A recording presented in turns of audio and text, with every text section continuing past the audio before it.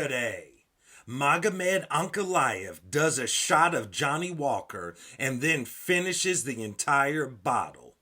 And Jim Miller punches his ticket to UFC 300.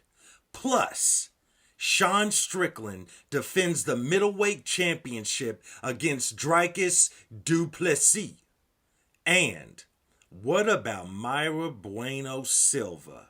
Can she go out there and realize her dream to become the bantamweight champion? Or will the veteran Rocky Raquel Pennington thwart that?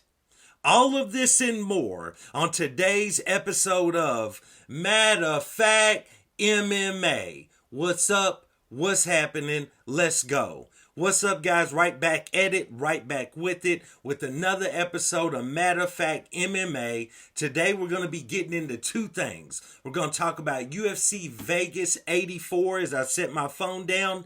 And we're also going to be discussing UFC 297. And I'm going to give you a couple of picks for that show. First off, let's start out with UFC Vegas 84, where in the main event, Magomed Ankalaev defeats Johnny Walker. Now, this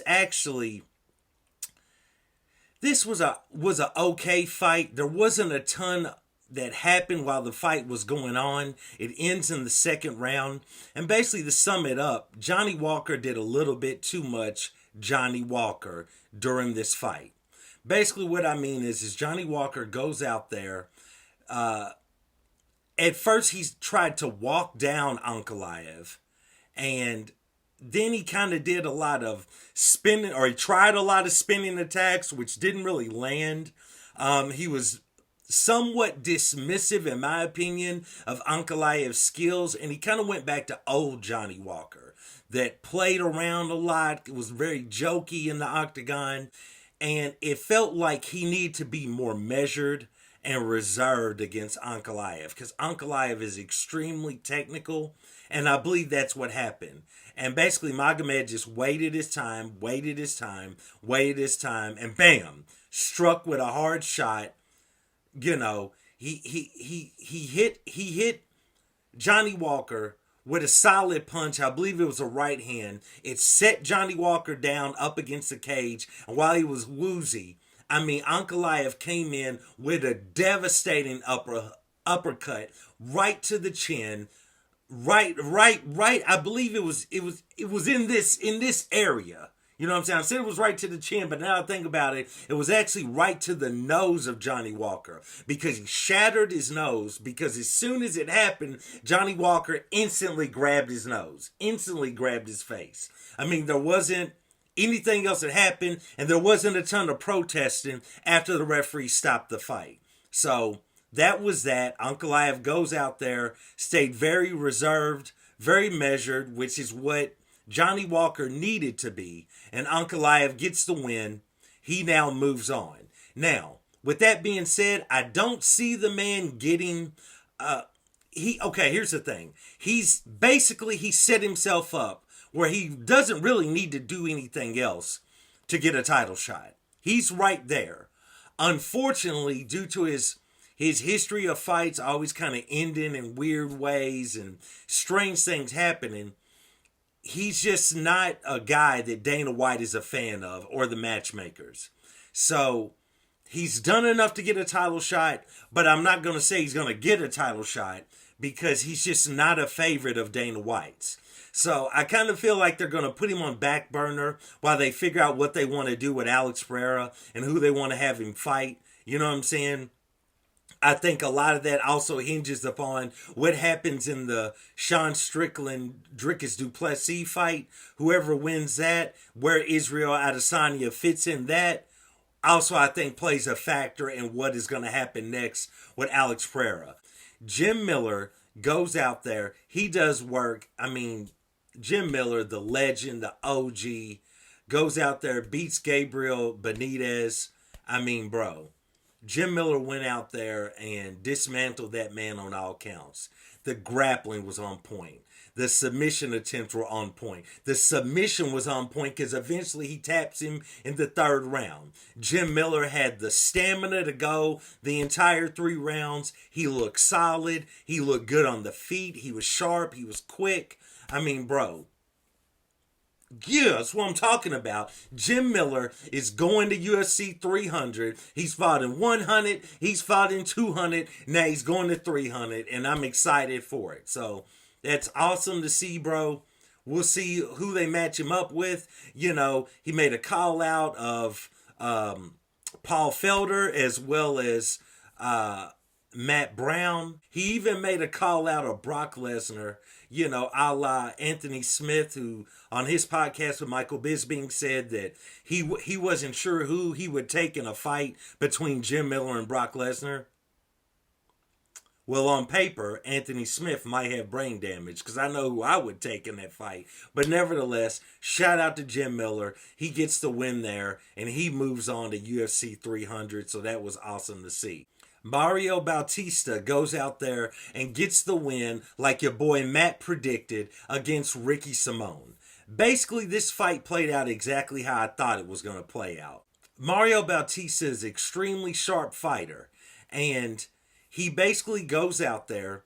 He had an outstanding game plan that he stuck to. He had to make some adjustments when Ricky Simone caught him about midway through the first round while he was in the middle of doing almost like a jumping knee, or it was some sort of a jumping attack. And Ricky Simone catches him, and from that point, Mario changed the game plan, so to speak, a little bit. Quit doing as many jumping knees, and just proceeded to just hang with Ricky Simone. Had tremendous takedown defense. And he did his thing, man. He went out there like I thought. He's just a little bit more hungry at this point in his career. He's a little bit younger than Ricky Simone. He's definitely younger in his career. And I believe he just wanted it more than Ricky Simone. And he went out there and put on. But I mean, this was a great fight. Both men. I'm not shaming Ricky Simone, who went out there and he did his thing. You know what I'm saying? He had quick hands. He was definitely, you know, consistently trying for takedowns and everything. But Batista just went out there and did what he needed to do to get the win. He looks like a solid prospect. You know, I mean, I wouldn't be shocked. I don't think he's, let me see. I don't believe he's ranked yet. But, bro, this dude is solid. This dude is ready. I mean, he goes out there, he really put on a good fight. So shout out to Mario Batista. You know, just goes out there and does his thing, man. Had a solid chin, held up under fire with Ricky Simone. Ricky Simone is not an easy guy to get out of there. And, you know, it goes to the scorecards, and Bautista gets the win. So shout out to him. Let's move on. Okay, so we're not going to be going through every fight on this show. Just going to touch on a couple of fights, and we're going to move on to UFC 297. But how about Bruno Ferreira goes out there and beats Phil, I left my chin in the car, Haas? What did I tell y'all? What did I tell y'all? The mayor of Chinny Chinville strikes again. And Phil Haas left his chin in the car, got in the octagon, realized at the last second, oh man, I ain't got my chin. And Bruno Ferreira overheard him say that to his corner. They left his chin in the car, and Bruno Ferreira went out there, and the Hulk smashed. He hulked up, and he Hulk smashed Phil Haas into oblivion. Waldo Cortez Acosta gets a disrespectful win over Andrei Arlovski. It went to the scorecards. You know, it was a 3-round decision. He gets the win. When I say disrespectful, this man was taunting and, you know, just playing around a whole lot with Andrei Arlovski, and didn't really do enough work to warrant that. Like, if you go out there and you style on Andrei Arlovski and you're taunting him and trying to joke with him and, you know, lure him into a firefight, and it works and you get the win or you stop him, that's one thing. But when you go out there with a vet and you just barely when you barely beat Andre Arlovsky, bro, you don't get to go out there and do all them weird noises and hip thrusts and all of that in the octagon. Like, bro, what are you doing? You know what I'm saying? We talking about Andre Arlovsky, former heavyweight champion. Man used to come in there with the vampire fangs, with the pit bull fangs. You know what I'm saying? Back in the day, and do work in the octagon. So, Waldo Cortez Acosta gets the win, but I wasn't excited about that one. Let's move on. Next, we have Marcus Maniac McGee styles on Gaston Bolanos. Bro, I mean, Marcus McGee went out there and put on a striking clinic, which is crazy because Gaston is a former good kickboxer. But Marcus McGee went out there and put a stand-up fest on him. I mean, early in the fight, he hits the man with, I believe it was a left hand, followed by a spinning back kick right to the body. Then the finishing sequence of the fight, he catches the man with a good solid punch, sits him down. When Gaston gets back up, he catches him with a spin wheel kick as Gaston is backing up against the fence, and then finishes him with a devastating left hand. I mean, bro, Marcus Maniac McGee went out there and did work. I'm definitely going to be a fan of him. I know he's a little bit later in age for his division, but I mean, if he's willing to go out there and put all on the line in a fight like that, that was awesome to see. So shout out to him. He goes out there, he gets the win. Farid Basharat goes out there and gets a well game plan decision. Okay? Here's the thing. That's who I picked to win this fight. It was just a very technical win. He stood when he needed to stand, and then he took the man down. We're talking about Lalapoulos, if I'm saying his last name right. Took him down when he needed to. He's definitely a great prospect coming from France. But the Basharat brothers, bro, what I like about them is they're extremely technical. I don't get the feeling that anything in that octagon is necessarily coming from a flow state, so to speak. They always have a solid game plan and they execute it very well. Both brothers are extremely technical fighters. So shout out to Farid Basharat. He goes out there, he gets the win, which was outstanding to see. I can't wait to see what the future is in 2024 for the Basharat brothers. And the last fight we're going to talk about from this show, Weston Wilson gets sent to greet his ancestors by Gene Silva. Gene Silva, bro, I'm not going to bark right now. I'm trying to hold it in so I don't bark.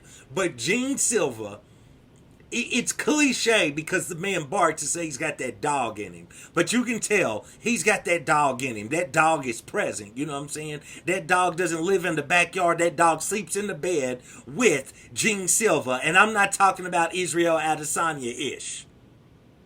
Bro, Gene Silva, I'm all in on it. I'm all in on the extremely slow walkout. I'm all in on the barking. I'm all in on just the way he carries himself during the fight. He's just a berserker, and he stalks and he stalks, and then he strikes. And when he strikes with violent intent. Violent intent to end the fight. Shout out to Gene Silva. And then on the mic, he's unpredictable. You don't know what he's going to do. He's doing drilling with one of his coaches in the post-fight speech. So, I mean, bro, shout out to him. He's a much-needed addition to UFC. We need these guys that are young in their career, that are just different, that are just out of their mind. You know what I'm saying? Like some Diego Sanchez type stuff. We need them out of their mind and crazy. Because you get tired of seeing the same old, I want to thank God. I want to thank my coaches, and he was a good fighter, and I'm happy that I went out there and I got the win. And I don't know who I want next, but whoever Sean Shelby gets me is who I want. We're sick of that, bro. Stop that. Stop with the boring talk, bro. We want to see a man barking, a man drilling with his coach, and saying some wild stuff. So shout out to Gene Silva, who goes out there and gets the win. Now, let's move on to UFC 297. It goes down in Canada this week, this Saturday night, in which Sean Strickland in the main event will step in the octagon, to defend his middleweight championship against Dricus du Plessis. Here's the thing, man. In this fight, I'm going along with Dricus du Plessis. Okay, so both men are really equal as far as how they measure up, in height, in reach advantage. I think there's only like maybe an inch reach advantage between the two of them. I'm going to lean toward Dricus du Plessis. And I'm leaning toward him because after Sean Strickland went out there and defeated Israel Adesanya, I feel in the months after that, what you've kind of seen with Sean Strickland is almost like maybe a tinge, just a little tinge of imposter syndrome, you know what I'm saying? If you know what that is, where it's almost like Sean talks a good game, but it almost seems like he doesn't feel like he belongs as the UFC middleweight champion.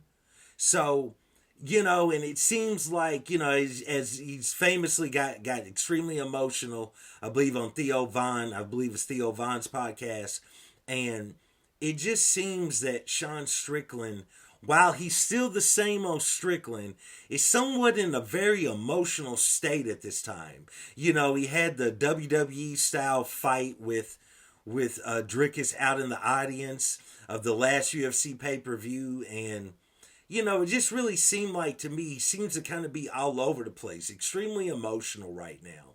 And I'm not really too sure what's going on with that, what the cause of that is. With all of that being said, I'm not saying he's not training hard, he's not ready for Dricus du Plessis, but I think he just might be in a weird mental state. I'm not sure if he expected to go out there and dismantle Israel Adesanya that easily. So, that all plays on your mind, on your mental state. The mental edge, the mental state can be way more important than the physical state of a fighter. So on this, I'm going to lean more toward Dricus to get the win. I feel like Dricus definitely, of course, has more power. He has the devastating knockout shots to get Sean Strickland out of there. He's comparable in his grappling. He can definitely grapple when he needs to. I would say he's probably a stronger grappler than Sean Strickland, or at least what Sean Strickland has showed us thus far in the octagon. So I'm going to lean more toward Dricus. I believe that Sean technically he's the better technical stand-up fighter. He has a really weird style, but that's the other thing, is Sean Strickland has a really awkward style of striking. But I believe that both men have an awkward style of striking, because Dricus is very awkward in his own movements in striking. So I believe that both of those are kind of going to negate each other.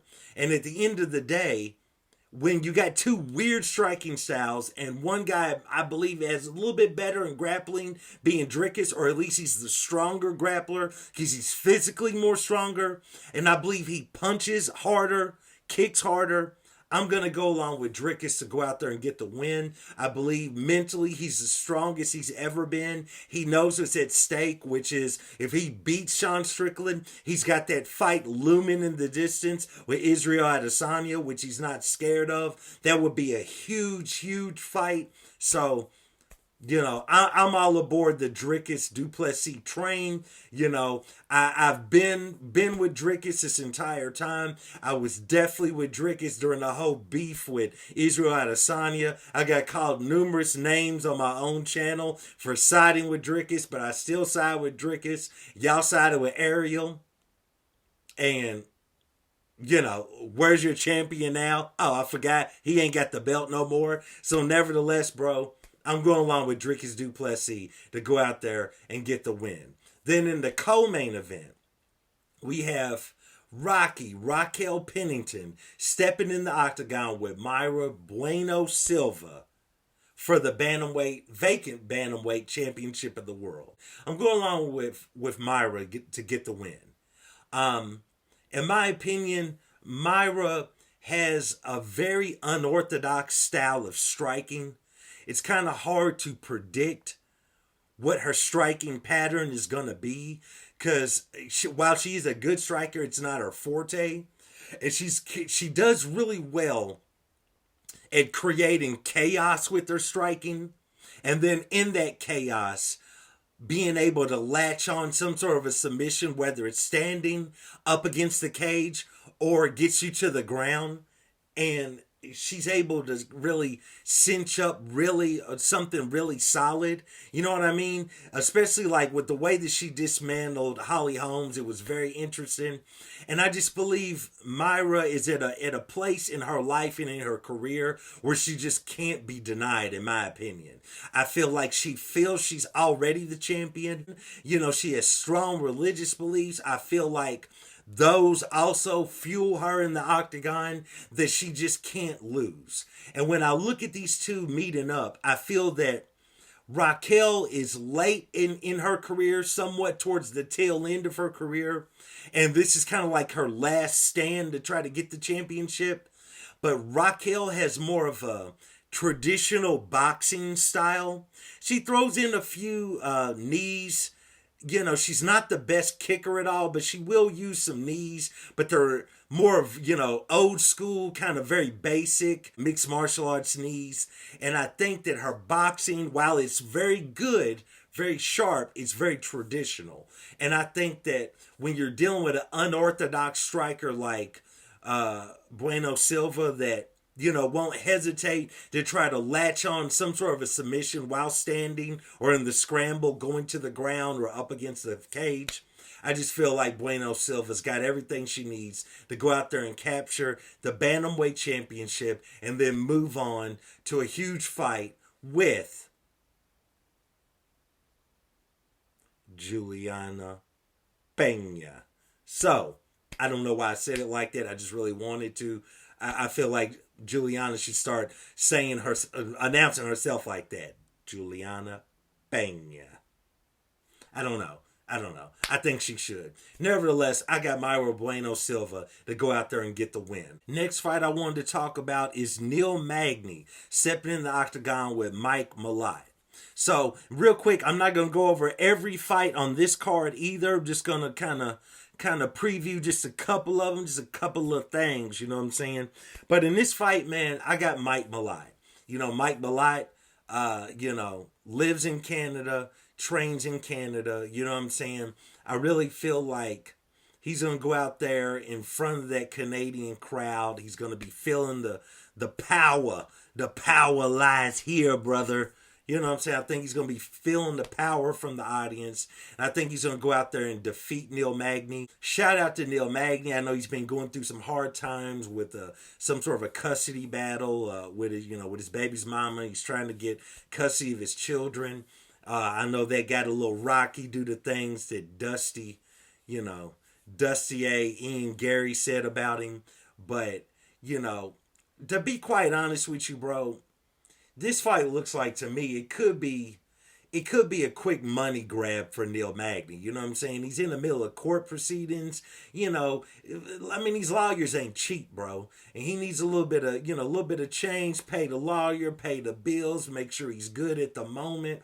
I'm not and especially while you're going through a court proceeding to get custody of your children, or a child. I mean, bro, I'm not saying he hasn't been training, which I'm sure he has. He seems like he lives in the gym to a certain extent. But that has to play heavy on your mental and how hard were you training. And I'm sure he needs some money simply because of these court proceedings going on. So I got to go along with Mike Malott to go out there and get the win. Next, we got Chris Curtis stepping in there with Marc-Andre Powerbar, I should say, Barriault. Bro, as I look at my notes, this one was a tough one to call, okay? This one was tough because I'm a huge Chris Curtis fan. Now, I know, his last two fights, they haven't gone his way and, kind of ended, both of them kind of ended kind of weird. But, man, I think Chris Curtis is going to go out there and bounce back with the win in this one. Marc-Andre is an outstanding fighter. I usually pick him. He's got a gas tank that never runs out. And, he's just a good, solid fighter, good, solid game plan fighter. I would kind of look at, I would classify Chris Curtis as more of a vibes fighter in the sense, I know he goes in there with a game plan. I know he goes in there with something in his mind that he's trying to do or look out for his opponent, but I also feel like he has really good fight instincts. And when he's in the heat of battle in the octagon is when he's at his best and he does his best work.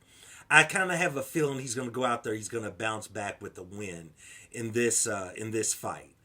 Also, you got Sean Strickland, who's now the champion. I was about to say the trampion. That opens up a whole other can of worms we're not going to get into. But I think Chris Curtis is going to go ahead, bounce back, and get the win. Next, we have Movsar Evelev stepping in there with Arnold Allen. I'm going to go along with Evelev to get the win. When I look at the two of these guys, I mean, Arnold Allen definitely has that dog in him. You saw that when he was in the octagon with Max in his, in his last fight. But bro, I'm gonna go along with Evelev to get the win. I just feel like he's got everything to be a champion in the division, and I really feel like he's gonna go out there, slow the pace, get this one to the ground, and just control Arnold Allen the entire fight. I just don't see him allowing Arnold Allen to impose himself or to use his stand-up game plan, which I'm sure that's what he has. And I mean, Evelev has hands when he needs to have hands. You know what I'm saying? So I'm going to go along with him to be a win. I think he's cut from a different cloth, and I think he's going to go out there and do work.